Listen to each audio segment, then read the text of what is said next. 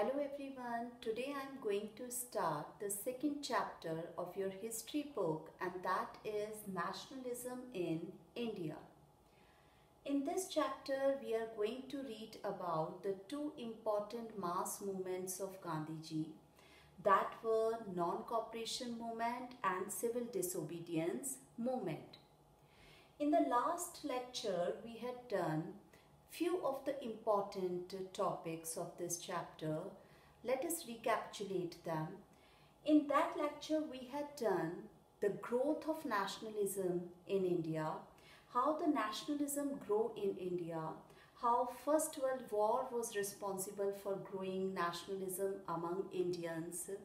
Then we had done few important satyagraha movements started by Gandhiji in 1916, 17 and 18. Then we had done the Rowlatt Satyagraha started by Gandhiji, Jallianwala Bagh massacre we had done Khilafat movement in that lecture, and all these were the reasons behind the starting of non-cooperation movement in India. In 1909, in his book Hind Swaraj, Gandhiji said that Britishers were there in our country because of the cooperation of Indians. He said that if we stop cooperating them, they would definitely leave the country within a year. So, with that idea, Gandhiji started the non-cooperation movement in India. For that, first in this class I am going to explain you the differing strands within the movement. इसका क्या मतलब होता है? इसका meaning है कि आंदोलन में जब हम बात करते हैं मूवमेंट की, that means non cooperation movement में अलग अलग धाराएं कौन सी थी? The non-cooperation Khilafat movement was started in January 1921. Many social groups participated in this movement, but for each of them, the meaning of Swaraj was different. That means कि ये जो non-cooperation movement थी, उसमें different social groups ने participate किया था, but their notions of Swaraj was different. Their aspirations were different.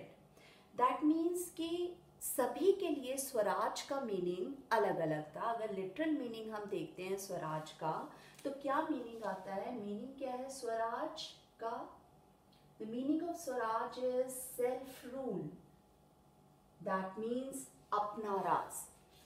And सभी के लिए स्वराज का मीनिंग क्या था?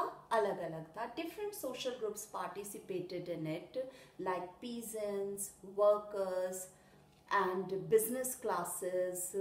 तो different groups के लिए, इन सभी social groups के लिए स्वराज का मीनिंग उस टाइम पीरियड में अलग अलग था. So that we are going to do in this class कि what is the meaning of Swaraj for different social groups in a country. कि सभी ने गांधी जी की नॉन कॉपरेशन मूवमेंट में पार्टिसिपेट किया था. उन सभी के लिए उस मूवमेंट में पार्टिसिपेट करने का रीज़न क्या था? सभी का रीज़न कैसा था? अलग अलग था. बट गांधी जी ने जब इस मूवमेंट को कॉल किया, तो during that time period all participated in it, but for them the meaning of swaraj was different. सभी के लिए स्वराज का मीनिंग अलग अलग था. So in this second topic some subtopics are there. First is the movement in the towns. The movement in the towns means कि town area में ये जो मूवमेंट थी नॉन कॉपरेशन मूवमेंट, वो किस तरह से स्प्रेड हुई थी. तो that we are going to do in this class. The movement in the towns started with the participation of middle class. कि टाउन में जो मूवमेंट थी वो किस तरह से स्टार्ट हुई थी? मिडिल क्लास पार्टिसिपेशन से. दैट मीन्स कि thousands of students left their colleges and schools. Even the lawyers stop going for their practices, and many of the people stopped using foreign goods. Even they boycott British goods. So in this way, the movement start in the town. Even the council elections were also boycotted in most of the provinces of our country, except Madras. Madras में Justice Party थी. मद्रास में Justice Party ने इस election को boycott नहीं किया.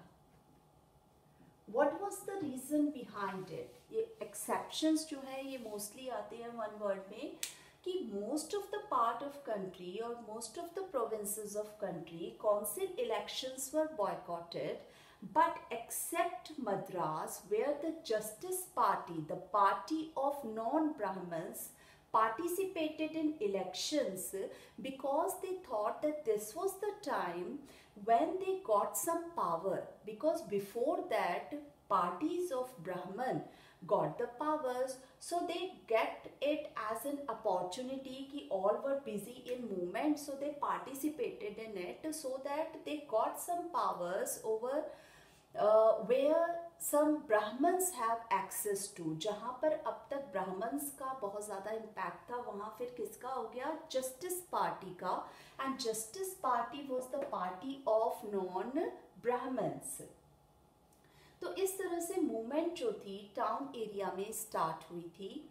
अब what is the economic effect of this movement in town area? Economic effect क्या आया इस मूवमेंट का? तो उसे अगर हम देखें तो हम ये देखते हैं कि near about 1921 to 22 the import was halved. Import कैसा हो गया? हाफ हो गया. किसका इम्पोर्ट हाफ हो गया? ब्रिटिश गुड्स का, because British goods were बायकॉटेड and liquor shops were picketed. What is the meaning of picketed? A form of demonstration in which the entrance of shop or a particular place blocked. कि picketed का मतलब होता है कि किसी चीज़ की, किसी जगह की घेराबंदी कर लेना और उसमें एंटर ना करने देना. तो लिकर का, और लिकर का क्या मीनिंग होता है? शराब के ठेके. तो हमने उस टाइम पीरियड में ये देखा कि किस तरह से फॉरेन गुड्स का बॉयकॉट किया गया. Even the foreign clothes burned into huge bonfires and liquor shops were picketed. तो because of that, the import halved during 1921 to 22. Even the prices less. Till कहाँ तक कितने लेस हो गए थे कि जो 102 करोड़ से लेकर 57 करोड़ तक उनका बिजनेस डाउन हो चुका था, नियर अबाउट हाफ हो चुका था. And this was the economic effect of this movement. After then most of the movement, ये जो मूवमेंट चल रही थी, इस मूवमेंट में जो इम्पैक्ट चल रहा था, इफेक्ट चल रहा था इस मूवमेंट का, वो बहुत ज़्यादा डेंजरस रहा ब्रिटिशर्स के लिए. बट जो इंडियन मर्चेंट्स थे या जो इंडियन ट्रेडर्स थे, they also stopped working with them. उन पे जो पैसा लगाते थे पहले ब्रिटिशर्स के लिए भी, उन्होंने भी बिजनेस करना उनके साथ छोड़ दिया था. इवन और उन्होंने क्या किया कि जो इंडिया के हमारे अपने हैंडलूम जो था उसमें बहुत ज़्यादा बढ़ोतरी आ गई थी. People started using khadi. लोगों ने खादी को यूज़ करना शुरू किया. तो हमारे जो हैंडलूम वर्कर्स थे, हमारा जो बिजनेस था, जो क्लॉथ का बिजनेस था, वो बहुत ज़्यादा इस टाइम पीरियड में स्प्रेड हो पाया था because of boycott movement, because of boycott of foreign cloth. Then we come to this spread of non-cooperation movement gradually slow down in the towns. लेकिन धीरे धीरे ये जो स्प्रेड था नॉन कॉपरेशन मूवमेंट का, वो इन टाउन एरिया में slow down हो गया. अब what was the reason behind that, इसके पीछे कारण क्या था कि एकदम से तो मूवमेंट टाउन में स्प्रेड हुई, जगह जगह पर सभी ने पार्टिसिपेट किया, फॉरेन गुड्स को जलाया गया, ट्रेडिंग करना छोड़ दिया, हमारे जो बिजनेसमैन थे उन्होंने ब्रिटिशर्स के साथ, इवन उनका बिजनेस बिल्कुल हाफ हो गया यहाँ पर, हमारा जो बिजनेस था वो थोड़ा बढ़ गया था इंडियंस का। लेकिन ऐसा क्या हुआ कि कंट्री साइड में जो ये मूवमेंट थी वो स्लो डाउन होती चली गई। What were the reason behind the slow down of non cooperation movement in town area. अब what were the reasons behind, क्योंकि हमने क्या शुरू किया था कि जो इंडस्ट्री में मेड होने वाले क्लॉथ की जगह हमने खादी को यूज करना शुरू किया, and khadi was very much expensive, it become very difficult for the common man to use khadi for a long time because it was very much expensive as compare to the foreign good. So after some time they started using those goods again. On the other hand, हमने ये देखा कि most of the student left the colleges, even lawyer left their practices, stopped going to some institutions, people stopped going to some institutions. But what was the reason behind that this movement is slowed down and the people trickling back to their work? क्यों वो वापस चले गए अपने work पे? इसके पीछे कारण क्या था? क्योंकि there were lack of Indian institutions. अगर उस टाइम पीरियड में हमारे इंस्टीट्यूशन, इंडियंस के इंस्टीट्यूशन बने होते, कुछ स्कूल कॉलेजेस बने होते, कुछ इस तरह की इंडस्ट्रीज वगैरह बनी हुई होती, तो वहाँ पर हम वर्क करने जा सकते थे, वो एक ऑल्टरनेट हो जाता. लेकिन हमारे पास ऐसा कुछ नहीं था. यही रीज़न था कि टाउन एरिया में ये मूवमेंट जितनी तेज़ी से बढ़ी थी उतना ही धीरे धीरे ये मूवमेंट वहाँ पर वापस होती चली गई थी, ग्रेजुअली वो स्लो डाउन हो गई थी. तो यहाँ हमने किया the movement in the towns, और मूवमेंट इन द टाउन में 3 क्वेश्चंस हमारे बन जाते हैं. दैट इज, वो कौन कौन से क्वेश्चन हमारे बनते हैं कि how movement spread in town.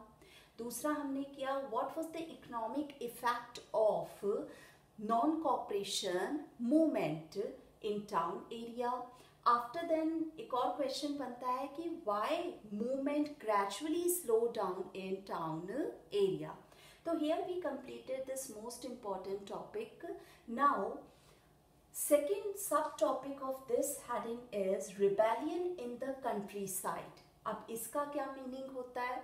countryside mean जो ग्रामीण एरिया होते हैं, तो ग्रामीण इलाकों में किस तरह से विद्रोह हुआ. अभी तो हमने किया टाउन में किस तरह से हुआ, कि टाउन एरिया में किस तरह नॉन कॉपरेशन मूवमेंट स्प्रेड हुआ. अब हम करेंगे कि कंट्री साइड में ये जो विद्रोह था वो किस तरह से फैला था. Rebellion in the country side. Now from cities the movement come to the country side. अब सिटीज में से मूवमेंट कहाँ पर आ गई? कंट्री साइड में आ गई. अब यहाँ कंट्री साइड में भी वेरियस सोशल ग्रुप्स जो थे उन्होंने पार्टिसिपेट किया इस मूवमेंट में. यहाँ पर हम कुछ एग्जाम्पल्स जो कर रहे हैं पीजेंट्स का, हम ये नहीं करें थ्रू आउट द कंट्री के पीजेंट्स के बारे में ही हम यहाँ पर कर रहे हैं, बट यहाँ पर हम पर्टिकुलर एक प्लेस के पीजेंट्स की सिचुएशन को बताएंगे कि क्या सिचुएशन चल रही थी और उनके लिए स्वराज का मीनिंग क्या था. जैसे पीजेंट्स का हम करेंगे, पीजेंट्स ऑफ अवध के बारे में हम करेंगे कि किस तरह से the movement in Awadh led by Baba Ramchandra. यहाँ पर जो पीजेंट्स की मूवमेंट हुई, अब यहाँ पर इसको समझेंगे कि हम कर क्या रहे हैं, rebellion in the country side, यानी कि ग्रामीण इलाकों में किस तरह से विद्रोह हुआ था. किनका विद्रोह हुआ था? ब्रिटिशर्स का विद्रोह किया जा रहा था ड्यूरिंग नॉन कॉपरेशन मूवमेंट. अब उसमें कौन सा सबसे पहला सोशल ग्रुप है? पीजेंट्स. अब पीजेंट्स की बात हम यहाँ पर कर रहे हैं तो हम अवध के पीजेंट्स की बात कर रहे हैं. यहाँ पर हम कर रहे हैं अवध के पीजेंट्स की बात कर रहे हैं. और ये मूवमेंट जो थी अवध में किसने स्टार्ट की थी? इस मूवमेंट का हेड कौन बना था? Baba Ramchandra. That is Baba Ramchandra. who was earlier been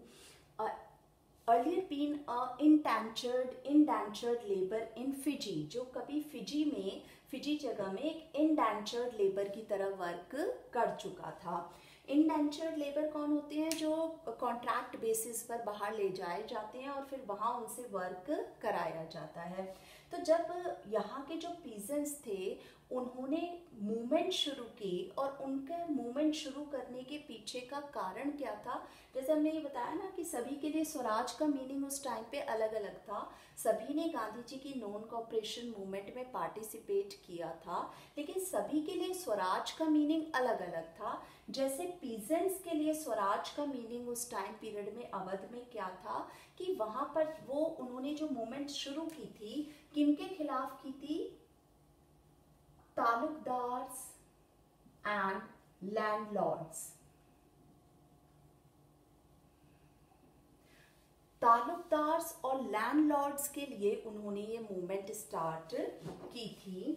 और इसके पीछे कारण क्या था कि जो लैंडलॉर्ड्स थे वो बहुत ज़्यादा, क्योंकि लैंडलॉर्ड्स ने क्या दिया हुआ था? किराए पर ज़मीन दी हुई थी पीजेंट्स को, तो पीजेंट्स उनके क्या थे? टेनेंट्स थे।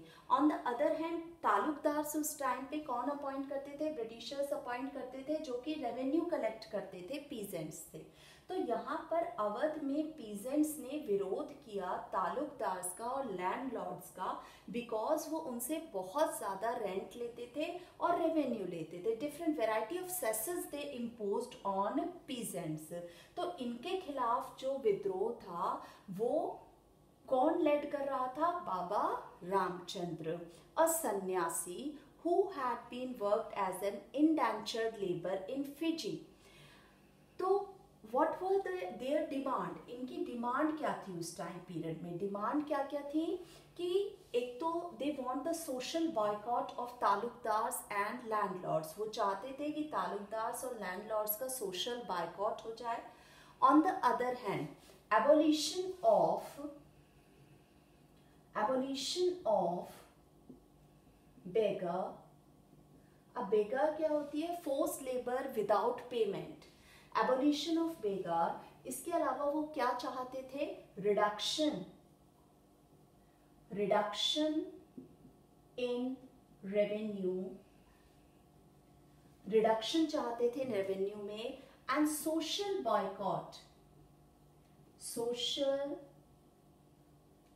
Boycott of taluqdars and landlords. तो tribal peasants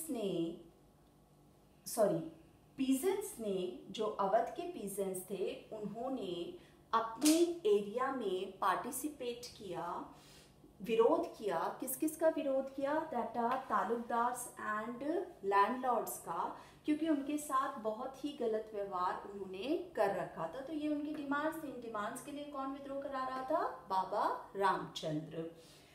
So when the Gandhiji started the non-cooperation movement, these peasants participated in that movement because they thought that only Gandhiji helped them to get rid of all these problems. तो यहाँ पर peasants का स्वराज का meaning क्या था? कि उनके लिए स्वराज का मीनिंग था रिडक्शन इन रेवेन्यू। तो उन्होंने क्यों नॉन कॉपरेशन मूवमेंट का साथ दिया? क्योंकि वो बहुत ज़्यादा इस तरह से परेशान थे। इसीलिए इन पीजेंट्स ने किसका साथ दिया? गांधी जी का साथ दिया। इनके लिए स्वराज का मीनिंग क्या है? Reduction in revenue. हम इस पोर्शन में कर ही ये रहे हैं कि भाई क्यों डिफरेंट सोशल ग्रुप्स ने गांधी जी की इस नॉन कॉपरेशन मूवमेंट में सहायता की थी। तो हमने यही इसमें किया है कि सभी ने पार्टिसिपेट किया, लेकिन सभी के लिए स्वराज का मतलब अलग अलग था। पीजेंट्स के लिए स्वराज का मतलब क्या था?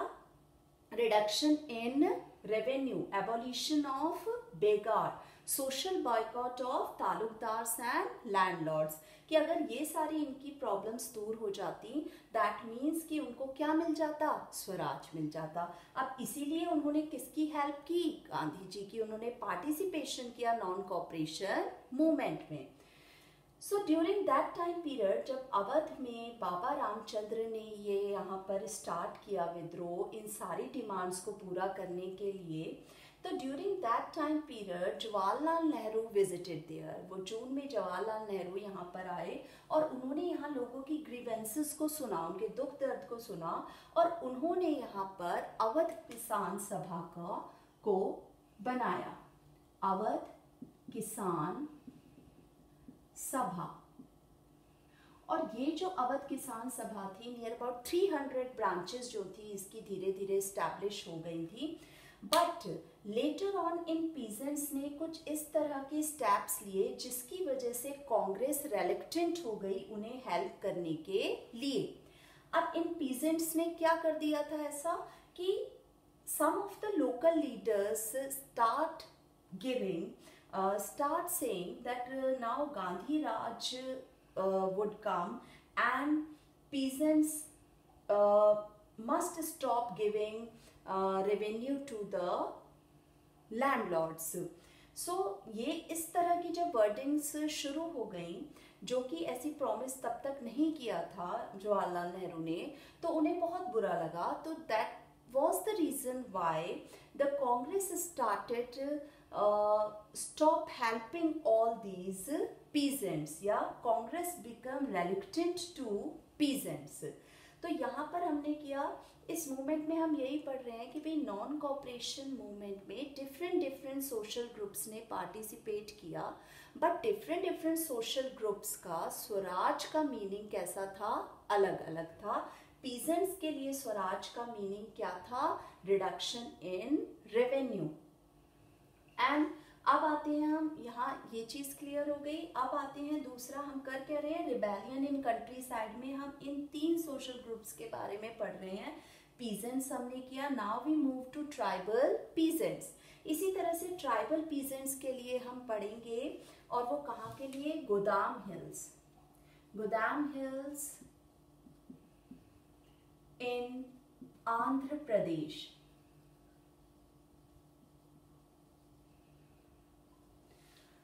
गोदाम हिल्स इन आंध्र प्रदेश में क्या हुआ था कि ब्रिटिशर्स ने what they had done that first of all this movement, यहाँ पर जो मूवमेंट हुई थी उसके पीछे कारण क्या था कि Britishers stopped tribal peasants from entering into the forest. उन्होंने स्टॉप कर दिया इन लोगों को फॉरेस्ट में आने के लिए, और they stopped them to graze their cattles in forest, they stopped them to collect berries fruits from there.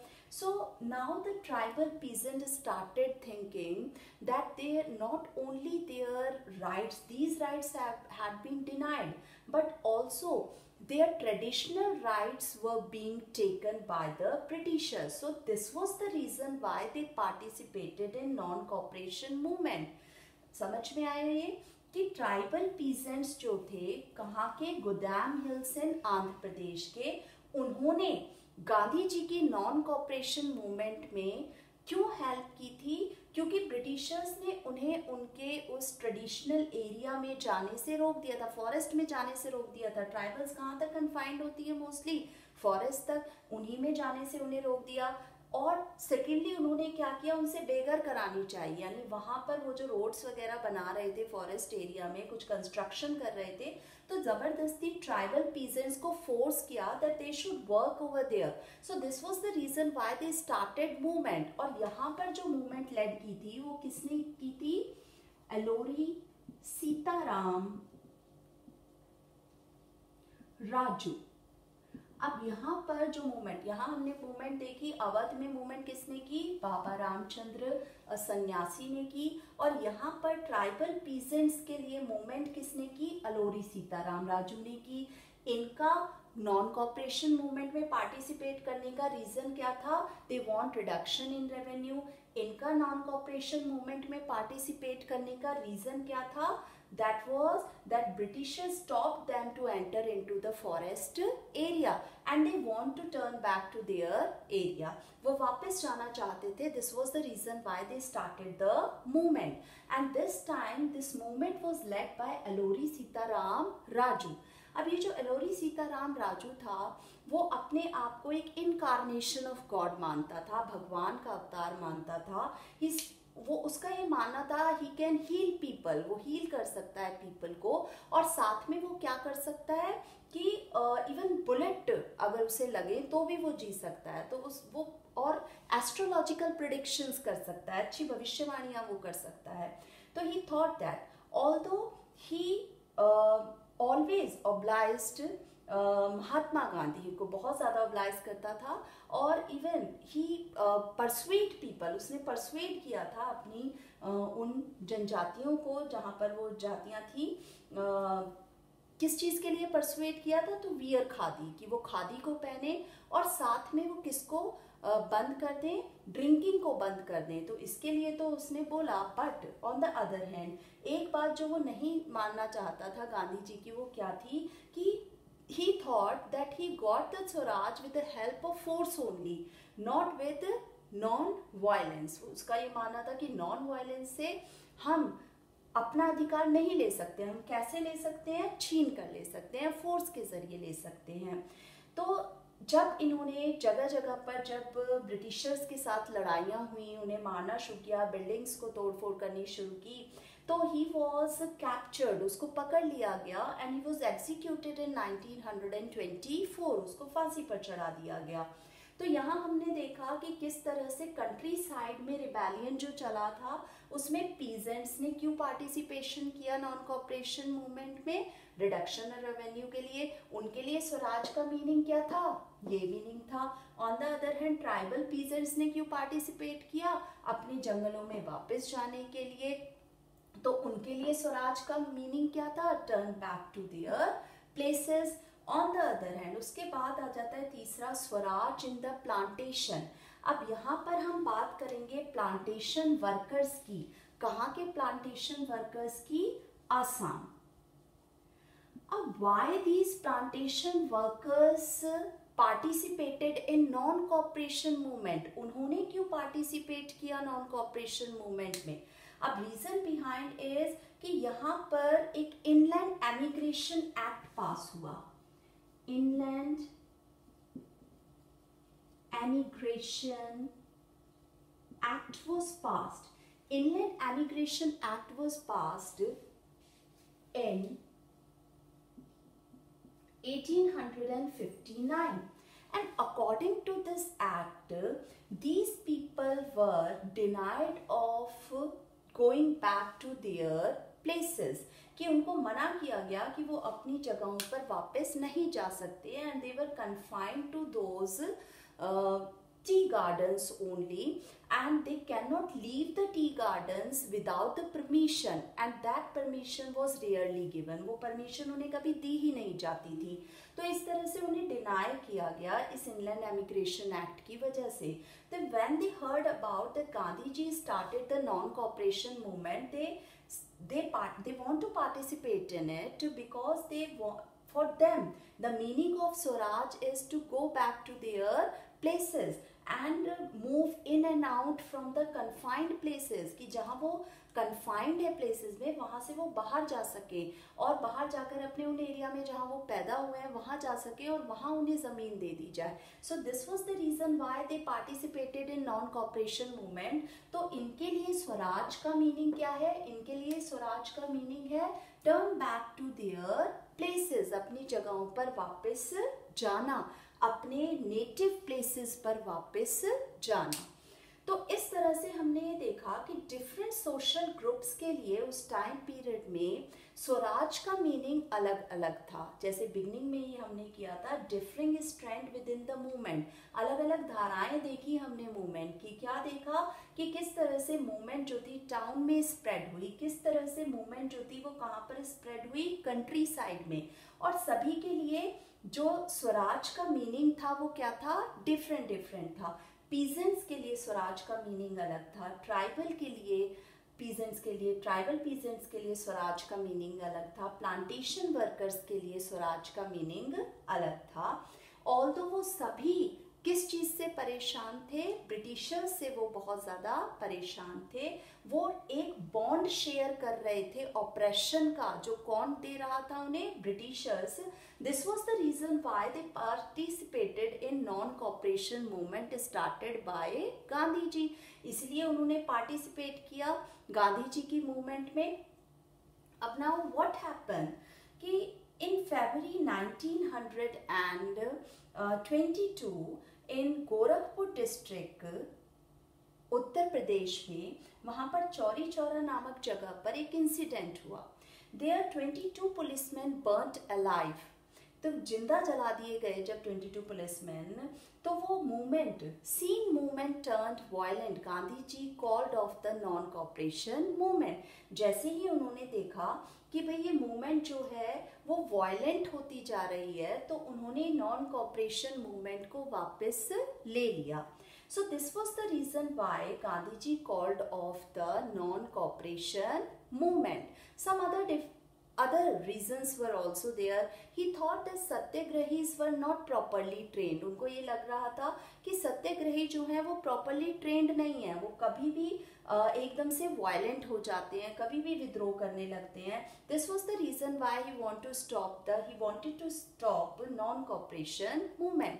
And even some leaders within the Congress become very restless or become very fed up because of this non-cooperation movement, and now they want to participate in the provincial council elections, which were set up by the Government of Indian Act in 1919. तो इसलिए क्या था कि कांग्रेस के भी, अब क्यों उन्होंने चौरी चौरा मूवमेंट की वजह से ही सिर्फ वापस नहीं लिया था उन्होंने नॉन कॉपरेशन मूवमेंट को, बल्कि इसके पीछे एक कारण ये भी था कि वो ये मानते थे कि satyagrahis were not properly trained.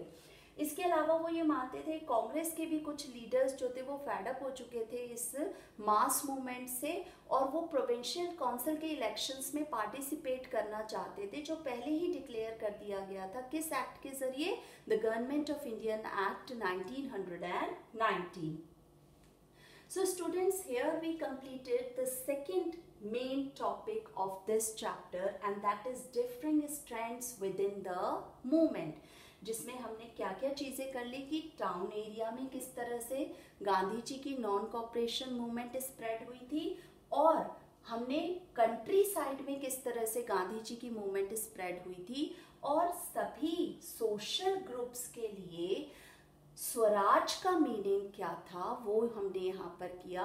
तो कहने का मतलब ये है कि सभी परेशान किससे थे? ब्रिटिशर्स से थे।